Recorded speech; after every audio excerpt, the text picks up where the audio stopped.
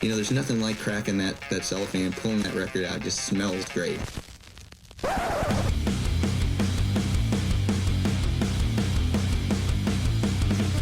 Welcome to BODS Mayhem Hour. Non-stop hardcore energy. I love the show, guys. You're awesome. Unlike any other. With your host, John the Bod, a.k.a. the Bod Father. Man, this stuff rocks. This is Derek Gaines from Rusk, and you're listening to BODS Mayhem Hour. The views and opinions of the guests do not necessarily reflect the views and opinions of BODS Mayhem Hour, its staff, affiliates, or sponsors. Parental discretion is advised. Welcome to BODS Mayhem Hour. Hey everybody, welcome to BODS Mayhem Hour. I am your host, John the Bod, aka the Bod Father. And as always, I bring you guys and gals awesome interviews. But before we introduce our guest for today, I need you guys and gals to go out and subscribe to the BODS Mayhem Hour YouTube page. Just click subscribe and click that notification bell because it will help me and it will help these bands that come on here because they're busting their asses off just like I do. Podcasters and musicians are kind of in the same in one. So we are all doing this for everybody. And let's get on to the podcast this evening. I have Derek Gaines from Rusk, and they're formerly known as post-rock math rock duo Jerkagram. Twin brothers Brent and Derek Gaines have re-envisioned their output and returned as Rusk. And they have released their debut album, On Improvement, via Nefarious Industries. Check out singles I, Banana Brain, and Mythomania.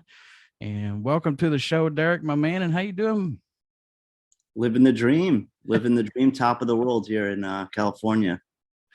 First off, I just want to say Brent had to bow out because he's got COVID. And like we talked a little bit ago, I hope that this isn't, something serious. I hope it's just something real short. He can get over it and get back to, everyday life because that shit sucks, man.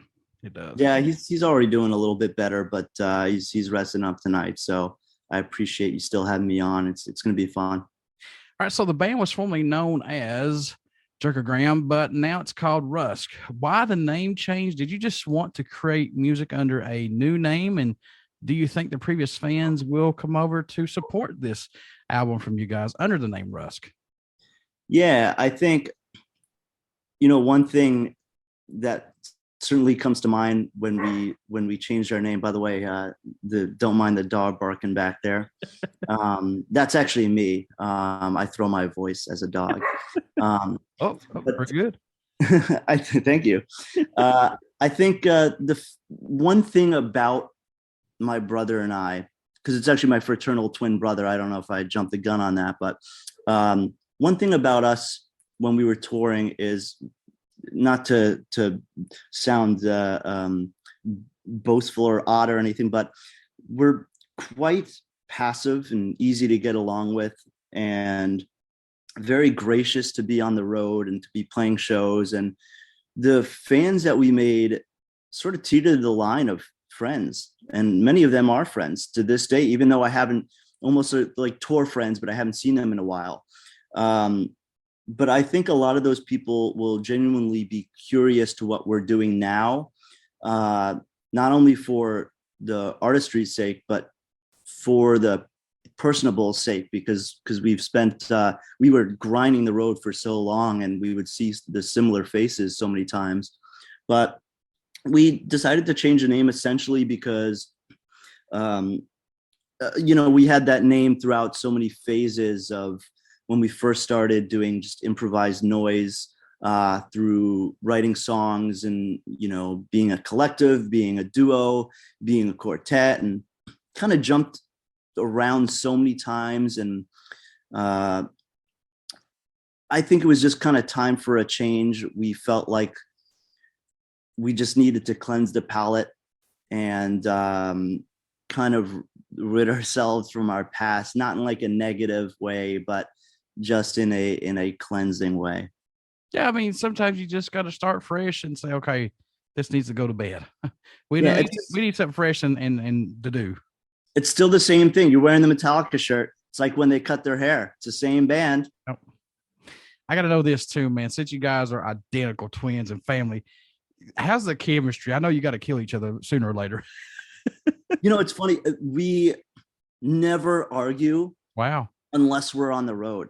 And but that's only when we hit about the 6-week mark. We used to grind for like, the longest tour we did was like 11 or 11 and a half weeks for like an unknown DIY band. Like back then, like sleeping on just any couch we could, announcing after the shows, hey, does anybody have a couch? It's once we hit the 6-week mark, I feel like we started bickering, and but nothing ever became serious at all. Being that we're fraternal twins, we're on the same page mostly. We converse extremely easily about decisions, whether it be on the road or about music off the road. We share the same musical palette, and I think Jerkagram and Rusk now has worked so well because a lot of the songs are loosely written. We never play them the same way, and we're able to do so because of that shared chemistry and that sort of I don't know. It's just the synergy that comes with playing so often for so long together. Man, I love hearing those stories about on the road, because a lot of people that I talk music with, they're like, oh, I'd love to be a musician living in these hotels. And I'm like, look, it's nothing like that. I'm telling you right now, you're going to need to go back and list all these interviews I've done, because a lot of them, they have this bologna on hand is what it's called. It's called a steak in hand sandwich. It's a steak in hand sandwich. They're like, what do you mean? It's bologna in hand. That's all you have is bologna. You may have, some water. You may have cans of tuna for some of these bands, or ramen noodles. That's all they get. They're like, huh? I'm like, yeah. My trick was grocery stores. Like I would get a lot of dry goods, like healthy stuff, like almonds. And towards the beginning, we were making a lot of those steps or even missteps of, going to McDonald's. And well, sometimes it's the only place on the road between an 8-hour drive between, like Omaha and Denver or something. But sure, we would try to stock up on a lot of dry goods, like healthier cereal. And sometimes we'd pull into gas stations and take plastic silverware and bowls and eat cereal and granola and stuff. And so that helped us kind of get through the grind of not eating like crap. Yeah, but it is funny you mentioned that. So many people on like that don't really understand. Maybe somebody you would work with at an office are like, oh, you're going on the road, rock and roll musician. Like they think about like Axl Rose, like trashing the Fairmont, the 5-star hotel. It's like, no, we're sleeping on a couch and hopefully don't see roaches at this person's place. Yeah. Or either sleeping in the back of the SUV or something like that in the van.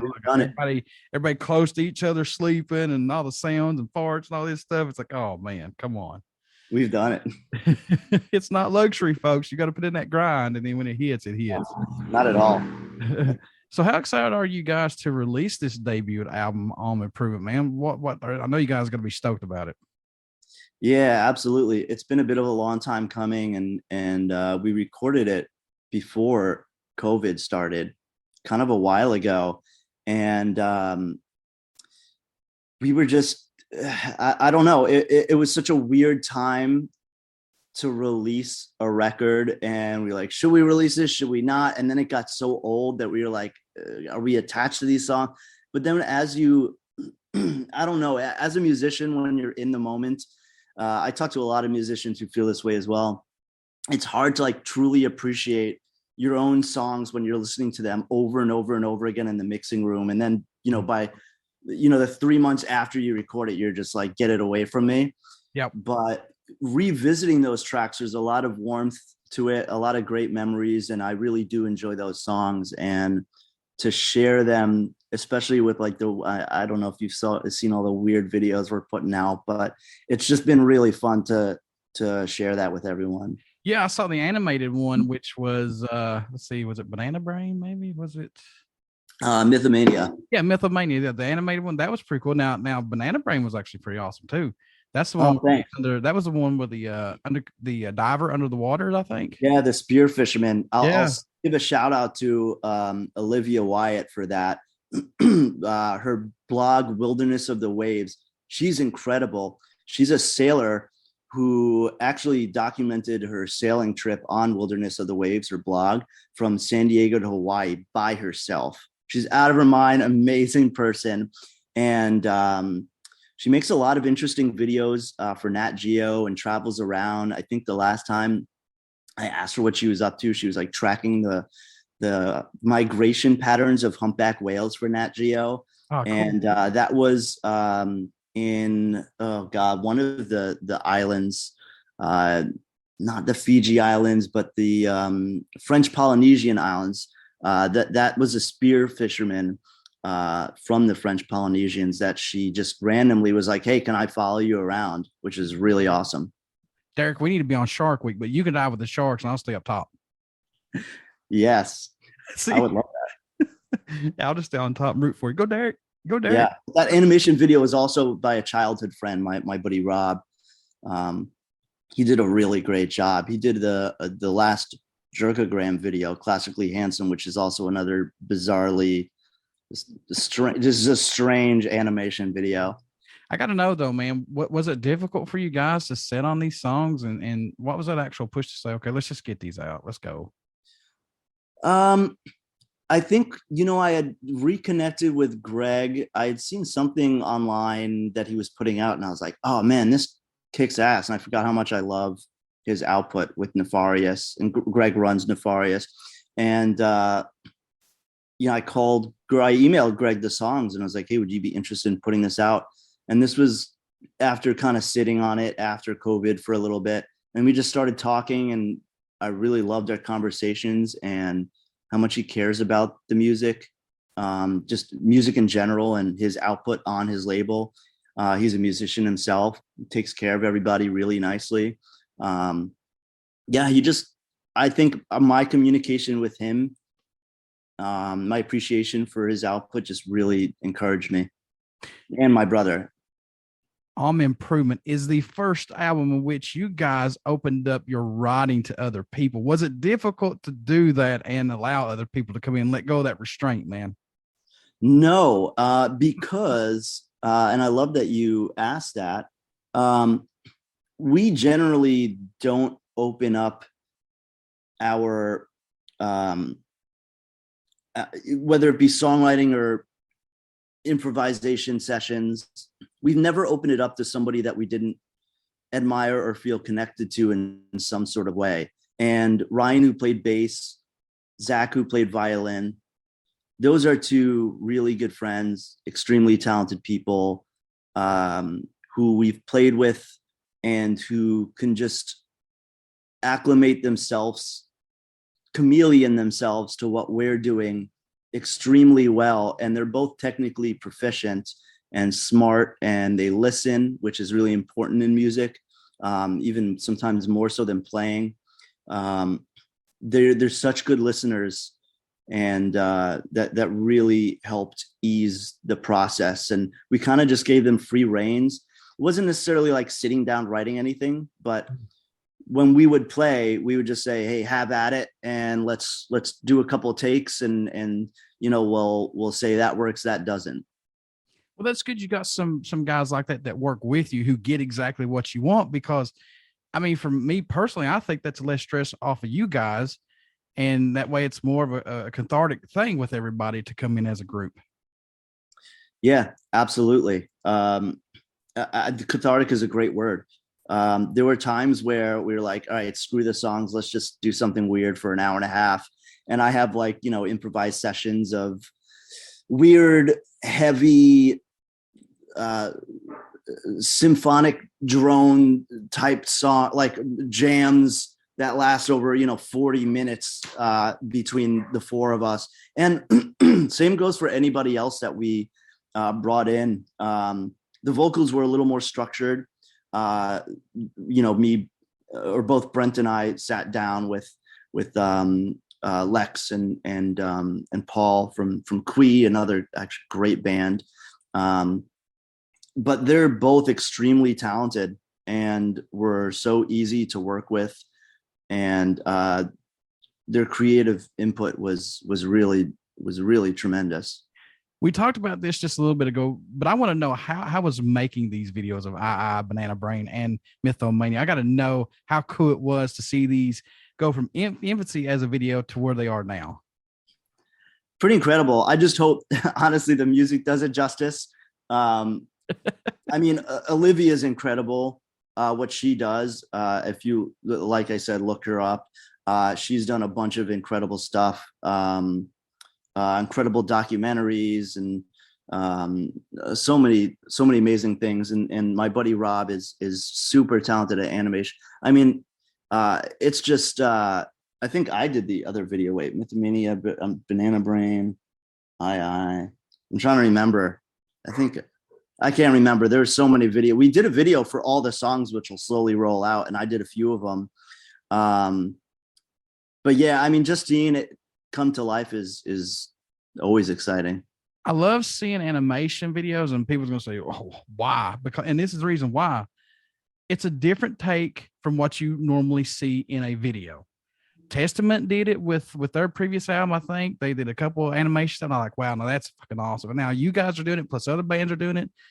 I like that. I like that, getting out of that little small box and going out and saying, okay, we're going to try this and see how it works. I love that stuff. Yeah, that's great. I mean, I just, especially with what Rob did with Mythomania, you know, a lot of the references were absurd, like Tim and Eric, and I gave him we talked about the Bob and David, the Mr. Show reboot, their intro, where it shows a bunch of the faces, and like, we just want it to be silly. And thing is, like, a lot of people, if the music video is not engaging, they're just going to throw on the song. You know, we'd like them to, it's funny, like, you watch comedians videos, comedians are all doing the same thing now, where the words are like on the bottom of the screen as, you know, as they're telling the joke, because so many people watch things on silent or whatever it may be, or on low volume. And we just wanted something that would grab people's attention, whether it be absurd or beautiful. What led II to be the first track released off the album? What was it about that said, hey, let's put this out first compared to other ones that could have been the first one? It was actually, that is the video that I did with a bunch of like deep fakes. I totally forgot about that. Yeah, that video is a trip. Honestly, I love Paul's vocals. I think it's a really unique song. It shows the variance of our writing. It's a bit heavier. And I think that's probably a little bit more palatable for the people that used to listen to us when we were Jerkagram. I really loved it. Or maybe II's the shorter one. For some reason I'm mixing all of our song names. II might be the first, the shorter song, but either way, they're both a bit heavier. The ones that I'm thinking of, and I think it's just more palatable. Are these all brand new songs, or songs that didn't make a previous album or left in the vault from Jerkagram? They're all new songs, and because they were recorded a few years ago now, and then the videos were done subsequently afterwards. That's why I'm like jumbling it up in my head, because I'm like, wait, which one is that? Because it's been a while. But yeah, these were all new songs and fresh at the time, and still fresh when I listen to them. Any tracks that didn't make this album we can see on another album or an EP from you guys, possibly down the road? Yeah, we're already talking about recording. We've got one song that didn't make the cut. And then we've got a bunch of other written songs that are like, you know, like 15, 18-minute weird proggier songs. Complete departure from what this current record is. We're looking into recording that soon. I want to step back here for just a few minutes, because going from Jerkagram to Rusk, did you want to stay with the Jerkagram traditional sound, or did you just want a new breath of fresh air to say, let's be something else other than what people knew us from Jerkagram? If it's not exciting to us, I don't think it's going to be exciting to the fans. You know, I truly believe that music is first and foremost for the artist, and I don't necessarily stick to anything for the sake of sticking to anything, as does, I can speak to, you know, my brother and any of the musicians that we've written with presently in the past. I think we're always evolving, as it's like life itself, just perpetual growth. And that's just what music is for me. Any tracks standing out more to you than any right now on this album, man? I know these are your babies. I know that, but do you have any that stick out for you personally? Probably the really long song, Escaping Elk. I loved playing that live because it's super drony. And, so I grew up loving like weird drony film scores and artists like Growing and even noise artists like, Merzbow. And I really enjoyed playing that live because we can go on and we could play that song for 40 minutes if we really wanted to. And it's the same with the record. I listened to that and how it sort of crescendos over time. And it's definitely the most touching to me. I like seeing the excitement out of you, man. You're excited about this. I love seeing you talk about these tracks and how happy you are, man. That's cool. Yeah. I just love talking about music, I mean, how can we stand by it as fans if you can't? You know what I'm saying? Of course. So it's all about. Was there a track that you guys were working on that totally ended up sounding different than it was intended to when it was first brought to the table? Was there one that just kept changing or no? Not really. I think maybe Escaping Elk, the long drony song, because live that tends to turn into like a cacophony of noise almost. It gets a lot heavier and more avant-garde, where this track on the record was a little bit more tame, but I kind of like the duality. Did the pandemic help the band to take more time to be more creative on this album? Man, I wish the answer was a good one, but not really. We had our rehearsal space in downtown Los Angeles closed. And at the same time, one of our band the main band that we shared it with was leaving the space, and we decided to just dump the space. So we didn't have anywhere to practice. And then Brent, moved back east to be with his now fiance. And it became a little bit tough to coordinate playing music, but we're trying to figure that out again, as I mentioned, recording soon. The album was recorded and mixed by the noble John McIntyre at Soma Studios in the woods of Northern California, with additional recording by Jason Adams, mastered by Eric Castillo. How's it working with these guys on this, man? So it goes back to what we were saying about musicians, where we work with people that we trust, that we admire. Eric's mastered, I think, everything we've ever done. Jason is the guy that he's a cellist and a super talented musician. And I've improvised with him. Brent's improvised with him many times. And we respect his recording abilities. And John, of course, is like, he's a goat to me. There's two engineers that I hold to extremely high regard. The names come to mind immediately: that John McIntyre and a guy named Randall Dunn. Randall's done like Sono Records and Akron Family Records, and both him and John, in different ways, they record different types of music. They both understand the depths and the context that we would be looking for. John's done, like a lot of great stuff with Yola Tango and Broken Social Scene and Stereolab. I don't mean to like name drop or anything, but it's just his work is prolific and he's talented.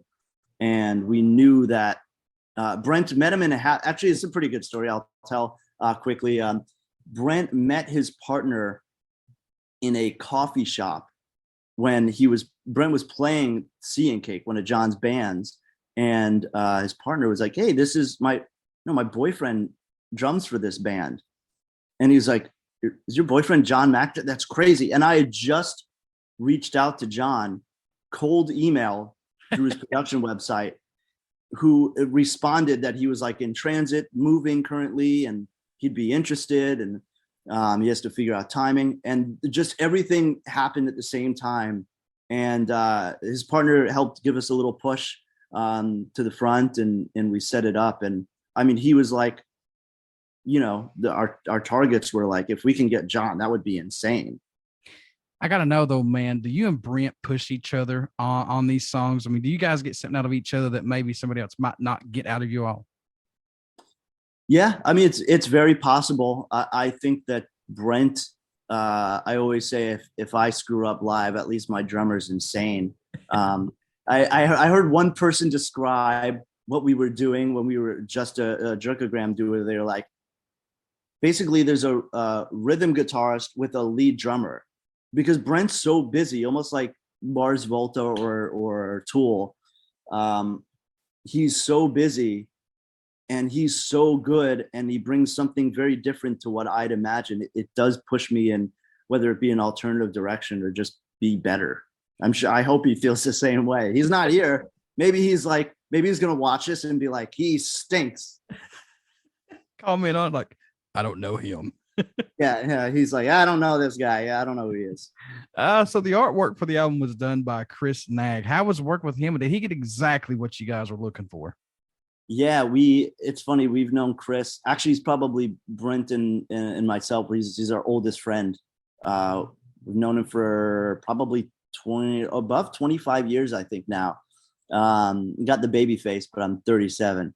And we've known him for a super long time. Goes back to what I was saying, over and over again. We work with people we trust, we love. And Chris has really flourished in the last few years of what he's done with art. He started 3D printing and took up all these new hobbies and started painting.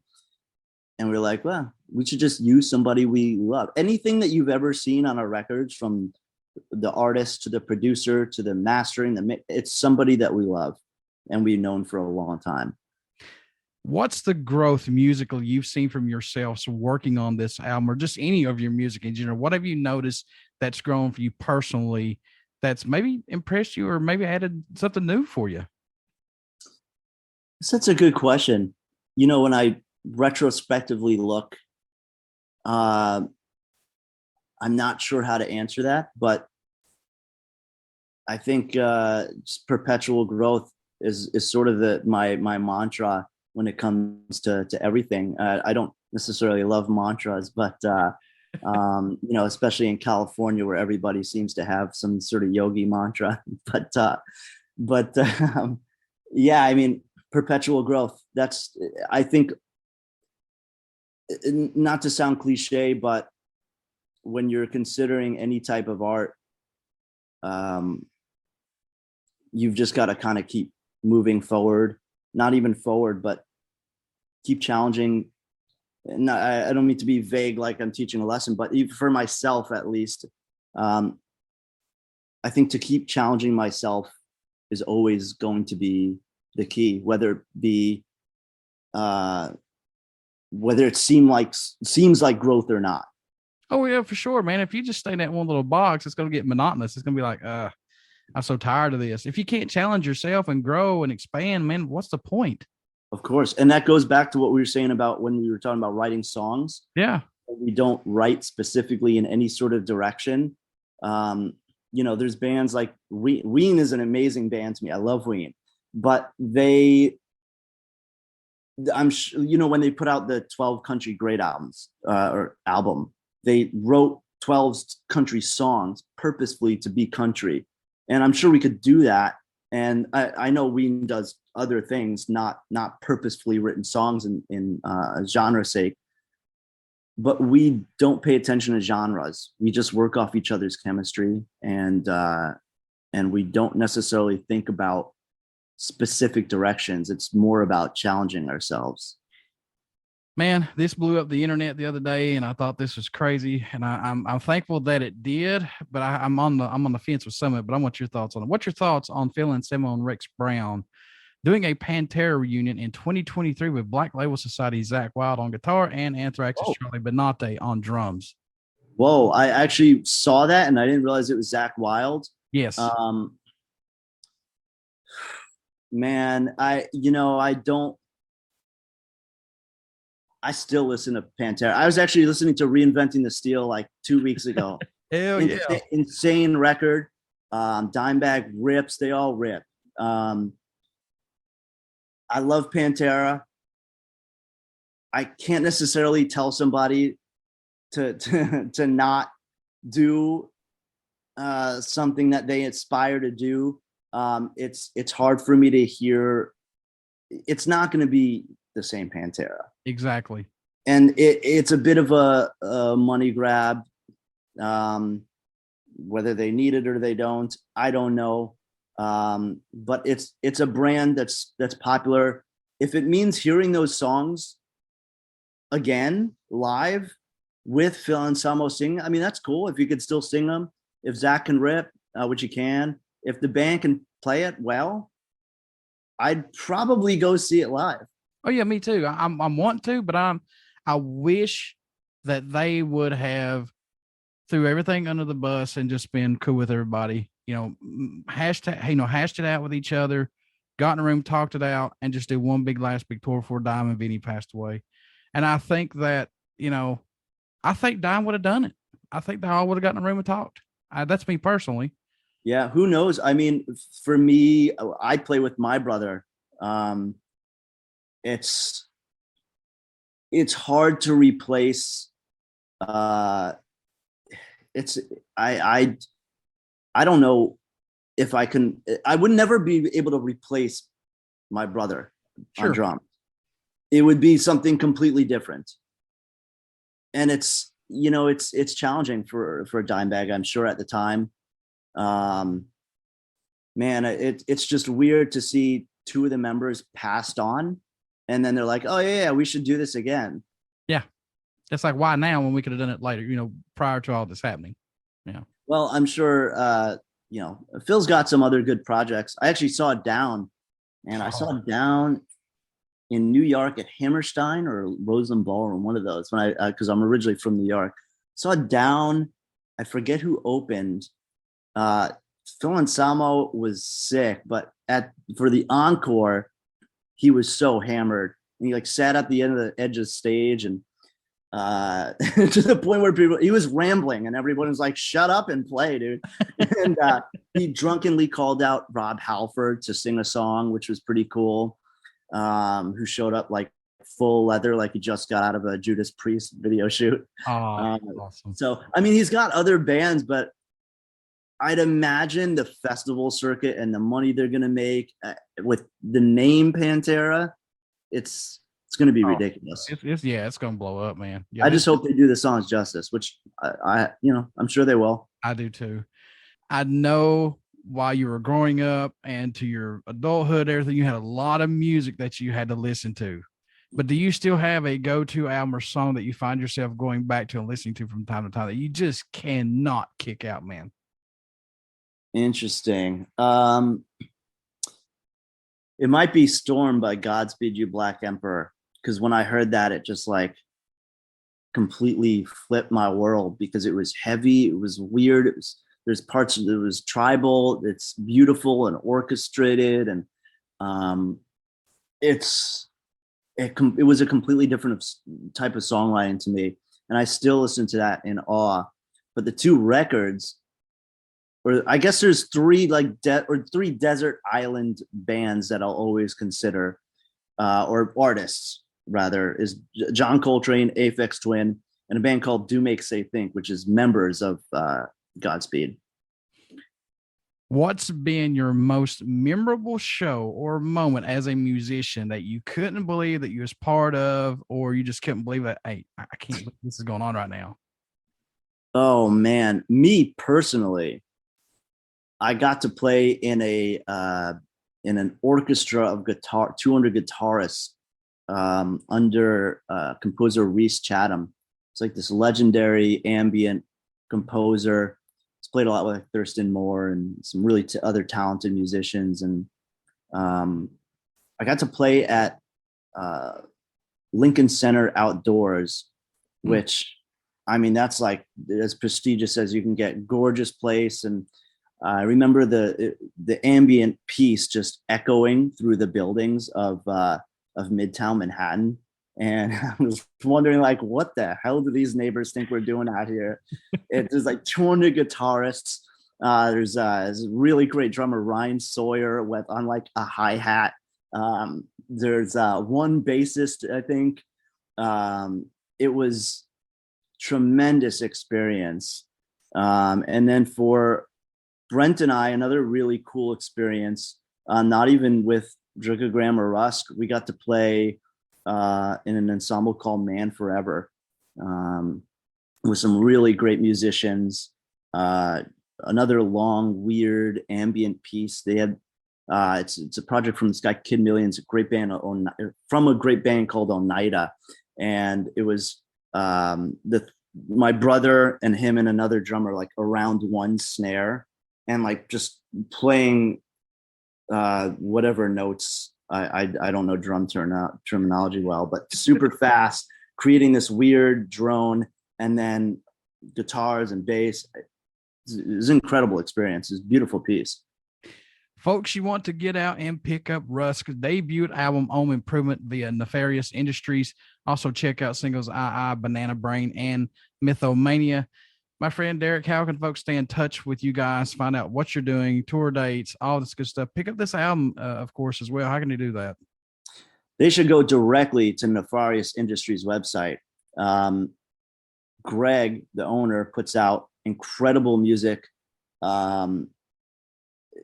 Beyond pick up our shirt and our record and all that stuff, and we'll post when we start playing show dates again. And but beyond that, you can kind of scope out the rest of the bands there too. Before I let you go, would you care to do a promo for my show?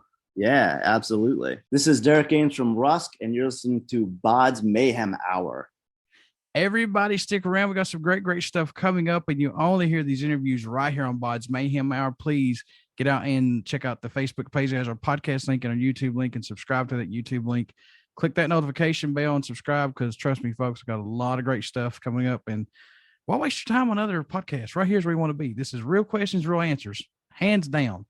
Also, get out and check out Rusk's debut album, Home Improvement, via Nefarious Industries. Like I said, check out their singles, I, Banana Brain, and Mythomania. And I would just like to say I am affiliated with Metal Inc., Forum Obscura, which is a online magazine with album reviews and obscure art, and Diary of the Madman, the ultimate Ozzy Osbourne podcast with Dan and Josh, who know more stuff about Ozzy than Ozzy knows about himself. Trust me, they know. Those two guys know.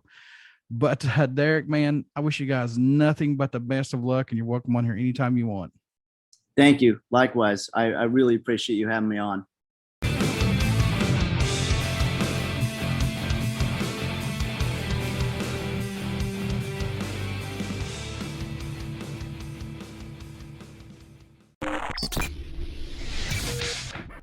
You're listening to BODS Mayhem Hour. Follow us on Facebook, Twitter, and Instagram.